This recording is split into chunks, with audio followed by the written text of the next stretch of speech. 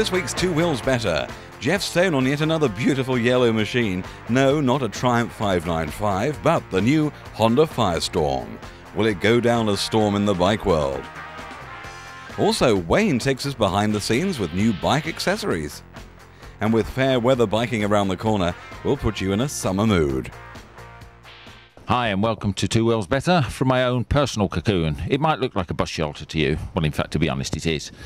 But it's probably the best place to be today because I've got the Honda Firestorm, but I think Thunderstorm will be more appropriate because it's blowing a gale and it's just started to rain. And so with no customers for the buses, I thought we may as well stop here and give you a little spiel on the Firestorm. As you can see, bright yellow departure for Honda. You always associate reds with Honda, or at least I do. But this one, very much a sporting colour. The Daytona's in it, Ducati 748 you can get in yellow, and it suits the bike very much. A neat touch on the Honda, and unique to the Honda as well. You won't find this on another bike, but it's these side radiators. There's one on either side. You can see the grills there. Twin radiators. It avoids having a radiator actually in the front of the bike where it'll pick up road debris, and also it gives improved cooling because you get a nice airflow all the way through. Rest of the bike fairly conventional. Monoshock rear suspension here.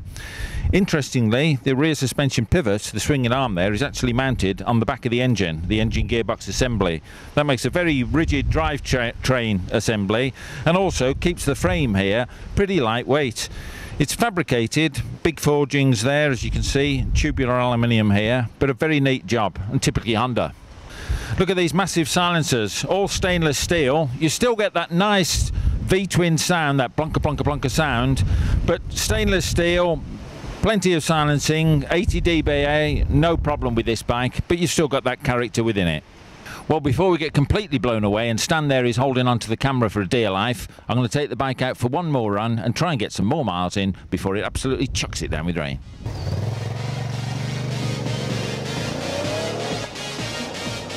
V-twins used to be about being different, but this will be the year of the V-twin. With the Firestorm, the Suzuki and the original Ducati all vying with one another for your attention, it's going to be a very difficult year to be different. The Honda Firestorm is a case in point. Typically Honda, well built, nicely finished, and that feeling that it will probably last forever, or nearly anyway. Honda have made V-twins before, of course, the good old CX500 and the current NTV 650 to name but two, but this one is very different, a 996 90-degree V-twin in the Italian mould. 4 valves per cylinder and 2 enormous 48mm carbs make for easy breathing and oodles of grunt. Producing 100 and brake horsepower, power delivery is super smooth right through the rev range. But as V-twins spread the power so much better than the 4, you don't have to rev it beyond a lowly 9,000 revs to really make it fly. Chassis-wise, the Honda is nicely set up. Nothing too radical, you sit in it more than on it, and everything falls to hand and foot just as it should. The aluminium twin-spar frame uses the engine as an integral stress member, with the engine even carrying the swinging arm pivot. This keeps the plot nicely together and, according to Honda, allows enough flex to ensure a superb balance of control and natural handling. I can't disagree, so they must have got it right. Suspension is pretty standard, with 41mm forks up front and a rising rate monoshock at the rear, both ends with preload and rebound damping. Nothing to write home about, but it works well enough. Handling and road holding tend more towards a super quick sports bike than a twitchy hyper sports tool, but in the real world it makes for a better all-rounder. If most of the Firestorm is conventional, the one thing that isn't, or perhaps I should say the two things that aren't, are the twin radiators mounted in either side of the half fairing. They've done this to keep the radiators out of the way of road debris, improve airflow and ease maintenance of the engine. Makes the half fairing more interesting as well, with highly visible grills on each side. Brakes are what you'd expect from Mr. Honda. Dual, fully floating front with 4-piston calipers and a twin piston at the rear. They offer bags of feel and are more than adequate to bring this 192kg Stormer to a nose-diving halt. The gearbox is a beaut, and it's a real treat to short shift through the 6-speed box, keeping the engine spinning and listening to that unmistakable but heavily muted offbeat V-twin sound from the hefty twin silencers. So what is the Firestorm all about? A fire without the smoke? A storm in a teacup, or a handful in a D-cup? No, it's none of these. It's a sort of VFR 750 with attitude. A machine for the rider who wants a bit of character in his bike without fears of reliability and high service bills. A bike that will hold its own in the company of a 916 and still take you on your holidays or off to work every day, whatever takes your fancy. As I said at the beginning, typical Honda, but very, very different.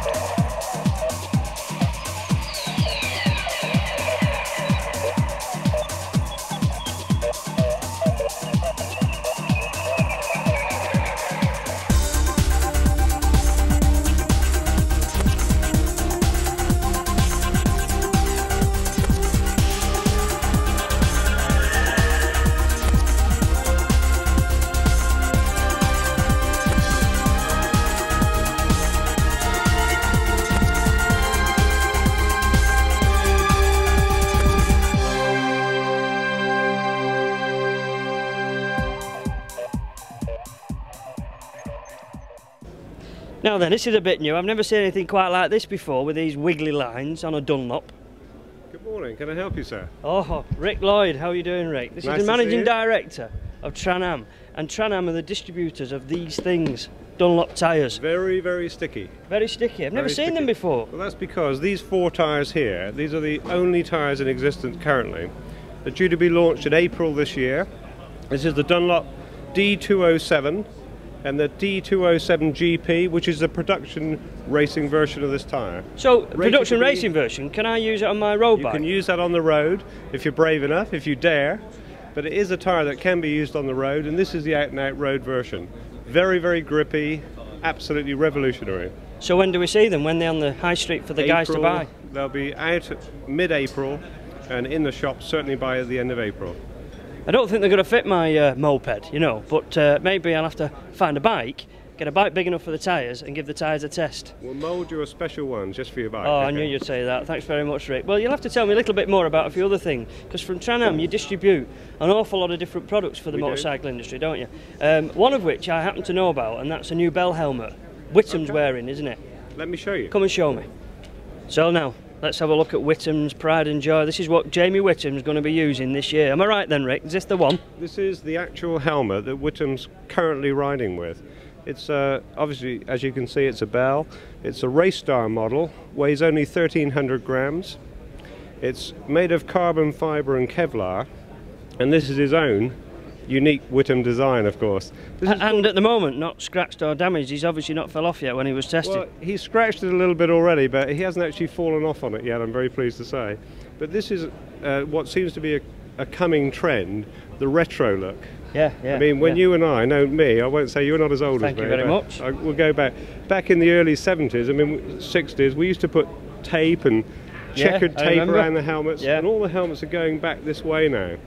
You know, we're just going back in time. So maybe even I'll start racing again, who knows? Yeah, so you should. Will we be able to buy a Whittam replica then on the street? We will. We're not quite sure when this will be out, but certainly May, June time it'll be in the shops. So this will be the replica exactly like this. And about that same helmet with other paint patterns, we can buy that in different paint patterns? You can indeed. There's a whole range of either rider replicas. You can see in our range here we've got Jamie James, American superbike rider, Pierre Francesco Keeley, John Kaczynski. All those helmets are made in replicas. Excellent. How about this one? Tell me about this one, because this is the carbon fibre look, isn't it? Well, that's right. This is our new Street Star helmet, and for those of your viewers who read motorcycle news, which one would hope it's everyone, they would have seen it rated in last week's motorcycle news as a great buy. It came out the top helmet in noise, the top helmet for visor movement, top helmet for ventilation. It's a superb helmet. Well, Bell's definitely been synonymous with quality for a long time, but the origin of manufacture now isn't in America as it was, is it? That's correct. Whereabouts is it now? They're now manufactured in Italy. They were bought out by an Italian group about 5 years ago, and steadily the helmet's quality has improved, and this is really the first of the new generation of Bells which have been produced in Europe for European riders. Yeah, that does look the business, I must admit. But what sort of cost is this? Because it looks extraordinarily expensive. Well, it's incredibly well priced. I mean, you can expect to pay in the shops around £250 for that helmet. And if you look at other models now, you know, in motorcycle helmet technology, it's pushing prices up over the £400 mark. It is, so we think £250 for a high quality, top standard BSI approved helmet, available actually readily now, in a choice of colours. There's another great one, new design here. This is called Iron Eagle. I mean, there's a whole range of colourways. You can even have plain black if you insist, as Henry Ford would say. But a superb quality helmet. Certainly the paint patterns. I mean, people have to spend an absolute fortune, a couple of £100 to get their own individual design. Even more. With such as this, they wouldn't. That's right. Another major feature on this helmet is that it's one of only 2 helmets on the marketplace. It has a completely removable inner liner. You can take it out, you can put it in a washing machine and refit it again. I mean, that counts a lot. If you've been riding 200-300 miles, maybe longer in a day, there's a lot of perspiration to cope with. Well, I can assure you, I agree with you entirely there, because it's like working in a shoe shop sometimes, in our shop, when people put the helmet down and say, will you fit a new visor? Yeah. And you open the visor up and absolute pen and ink's inside. But there's nothing to do about it. Absolutely. Up until now, and you can wash the inside liner out. You can't ask them to give you their socks and put them in a washing machine, but you can say, for Christ's sake, you know, either put a replacement liner in or get that one in the washing machine. It's always good, clean fun when bikers get together. Join in the action after the break.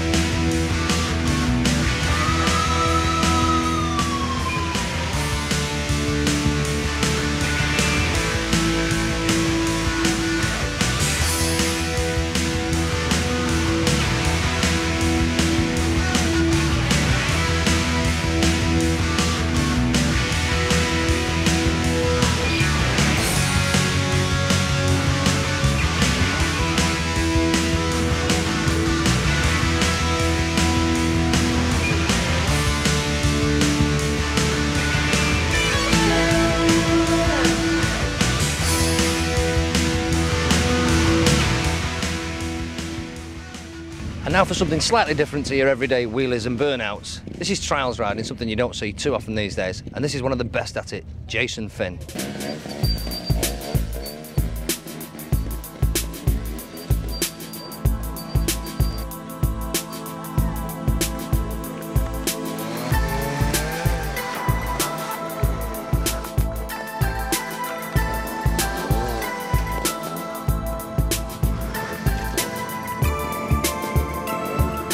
Well, that's trials display riding, just about as good as you're going to get. This is the man, Jason Finn. Jason, you can't do that on a bike. How'd you jump over people? I mean, you didn't have a ramp or anything. No, it's just compressing the suspension and getting the timing right with dropping the clutch. Yeah. It's just finding the right technique, really. Absolutely brilliant. I mean, but where'd you go to practice driving up the side? I saw that transit van with the ramp up, and I thought, oh, he's going to ride up the ramp and jump off the roof. But you rode up the other side of the transit. How'd you practice that? Well, you start off with small steps, you work your way up. It's got a kicker in front of that one. The van we normally use is quite a bit higher than that. It's just because the wet and you hit the side, it's just spinning on the side, so the you know, the wetness just makes it difficult, but you just work your way up. It was a bit tricky today because it is damp, very damp. That's it, the crowd. I'm trying to tell the crowd that I'm not riding very well because of the weather, and it's hard to put across that you're struggling because of the weather. You know, you can make it look a lot better if you... It certainly didn't look like you were struggling to me. Yeah, no. I was. No, I don't think so. Now, the bike itself, I looked at your bike and I thought, hey, it's got no seat. Now I know why, because you're very rarely on it, on the seat. That's right, you're standing up on the bike all the time. The idea, over the years, they've made the seat height lower. The mudguard's getting higher because you're getting more travel where the sections are getting more severe. So they've come on a long way, hydraulic clutch and water-cooled engines. Right. So. Smashing, absolutely brilliant. There you go, Jason Finn. That's as good as you're going to get.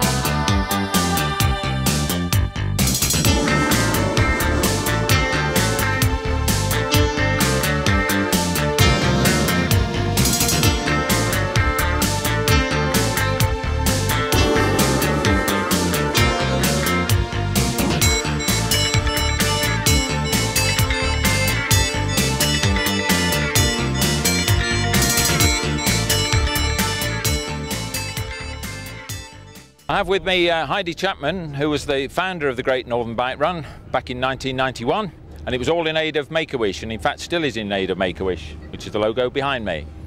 Heidi, tell me a little bit about the Great Northern Bike Run. What made you start it in the first place? I wanted to do something akin to a coffee morning, but that involved bikes, and this is it.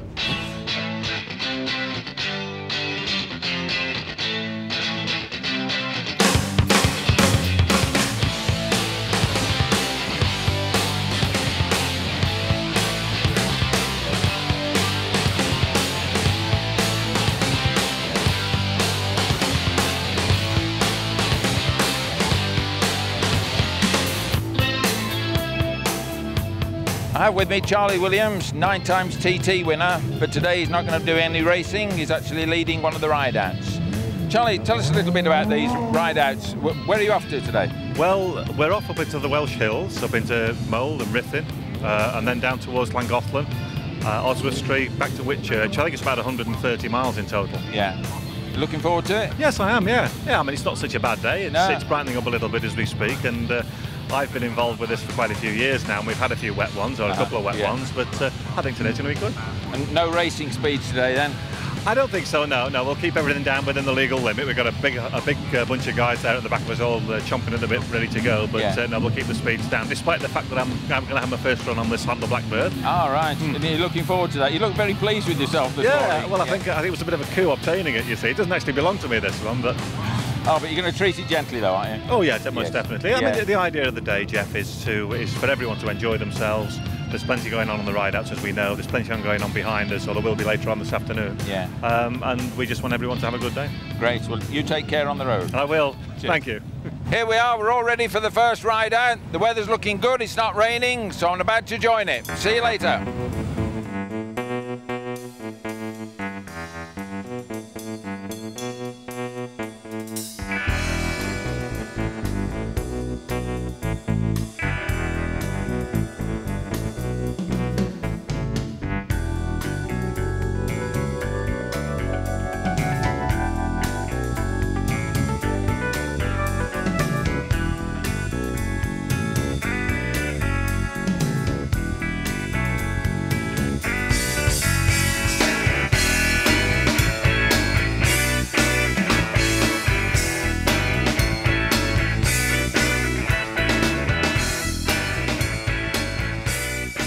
Well, the marshals have cleared the track, everybody's ready. Now you think you can ride a bike, but this man, Dave Coates, is one of the best stunt riders you're ever likely to see.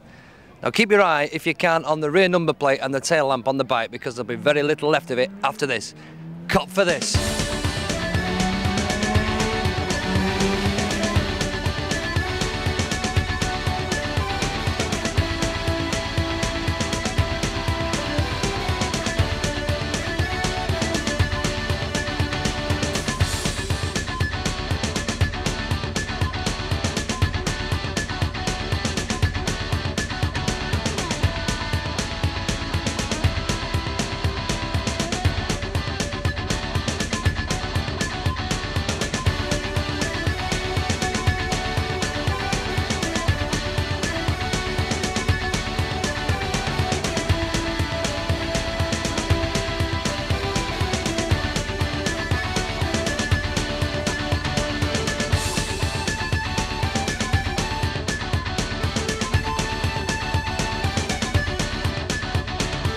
Burning rubber, the smell of burning rubber. Dave, that was sensational. Brilliant. Yeah. This bike, it's a GSXR 1100.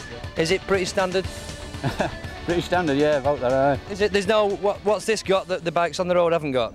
Well, nothing really. All it's got is a set of motocross handlebars on and an air shifter, which unfortunately isn't working today. But apart from that, it's pretty standard. Right, I see. Standard engine, standard clutch. Your wife goes on the back of this thing when you're doing these wheelers at breakneck speeds. That's what I would call a very close relationship. Yes, it is, aye. Is that yeah, right? she trusts me. And what do you have on your feet when you're going down, jumping off the back and leaping all over the place? I have me steel, like a steel shoe. Steel plate? Yeah, well, strapped over me original boot. Right, incredible. But, there they are, there.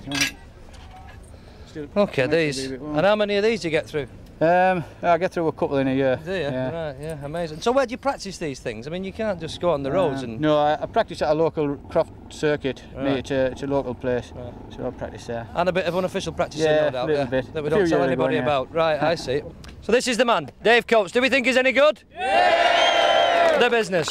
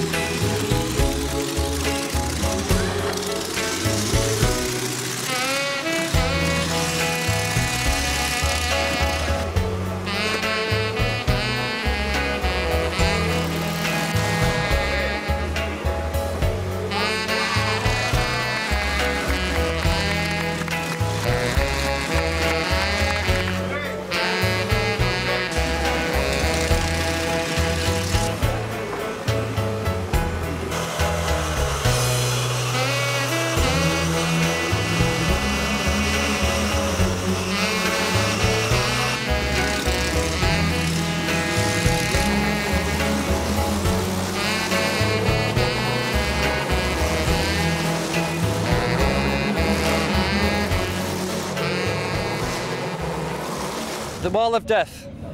I've gone deaf and the cameraman's gone dizzy. But that's what it's all about, isn't it?